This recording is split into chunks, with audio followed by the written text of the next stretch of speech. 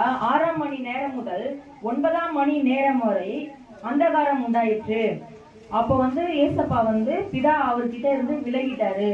அது பாத்தீங்கன்னா யோவான் 8:16 அது வரைக்கும் ஏசப்பாவும் பிதாவும் ஒன்றாதான் இருந்தாங்க.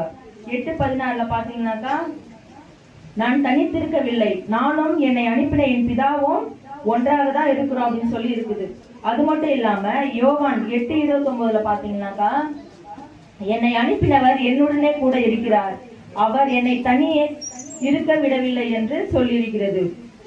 அப்போ ஏசப்பாவும் பிதாவும் அந்த அந்தகாரம் உண்டாகும் வரைக்கும் ஒன்றாக தான் இருந்தாங்க. அந்த அந்தகாரம் உண்டாகும் போது ஏசப்பா தன்னுடைய முகத்தை இயேசுகிட்ட இருந்து மறைச்சிட்டாருன்ட்டு ஏசாயாவுல எழுதியிருக்கிறது.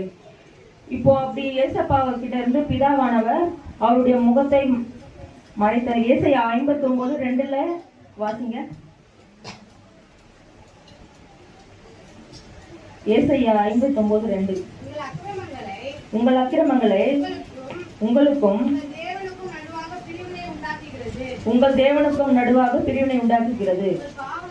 உங்கள் பாவங்களே அவர் உங்களுக்கு செவிப்படாதபடிக்கு அவருடைய முகத்தை உங்களுக்கு மறைக்கிறது. அப்போ நம்முடைய பாவங்கள், நம்மளுடைய மீறுதல்கள், நம்மளுடைய அக்கிரமங்கள், நம்மளுடைய சாபங்கள் எல்லாம் இயேசு கிறிஸ்துக்குள்ள வந்ததுனால பிதாவானவர் இயேசுவை விட்டு விலகிட்டாரு. அதனால்தான் ஏசப்பா சொல்றாரு பிதாவை பார்த்து, என் தேவன் அவர் தனிமையா இருப்பதை அப்ப உணர்றாரு. பிதா அவருக்குள்ள இருந்து விலகின போது நாம் தனிமையா இருக்கிறோம் என்ற வேதனையில அவருக்குள்ள இருந்த வருத்தத்துல பிதாவை பார்த்து கேட்கிறாரு, என் தேவனே என் தேவனே ஏன் என்னை கைவிட்டீங்க.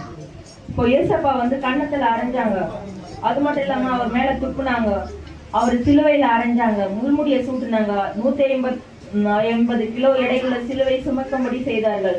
அப்போதெல்லாம் அமைதியா இருந்த இயேசு கிறிஸ்து பிதாவானவர் அவரை விட்டு விலகிட்டாரு என்று அவர் உணர்ந்ததுனால, என் தேவனே என் தேவனே ஏன் என்னை கைவிட்டீர் என்று மிகுந்த சத்தமாக கேட்கிறாரு. இப்போ அதே போலதான் நமக்குள்ள பாவம் இருக்குமானால் பிதாவானவர் இயேசுவானவர் நம்மளிருந்து விலகிடுவாரு. பாவம் இருக்கிற இடத்துல பரிசுத்த ஆவியானவர் இருக்க மாட்டாரு. இப்போ ஏசப்பா சிலுவையில அரைஞ்சி பிதாவினால கைவிடப்பட்டதுனால நமக்கு என்ன நன்மை கிடைச்சிருக்குதுன்னு பார்க்கலாம். கலாத்தியர் 4வது அதிகாரம் 1-7 வரை வாசிச்சீங்கன்னா தெரியும். 6வது வசனத்தை வாசித்தோம். மேலும் நீங்கள் இருக்கிறபடினால் அப்பா பிதாவே என்று கூப்பிடத்தக்கதாக தேவன் தமது குமாரனுடைய ஆவியை உங்கள் இருதயங்களில்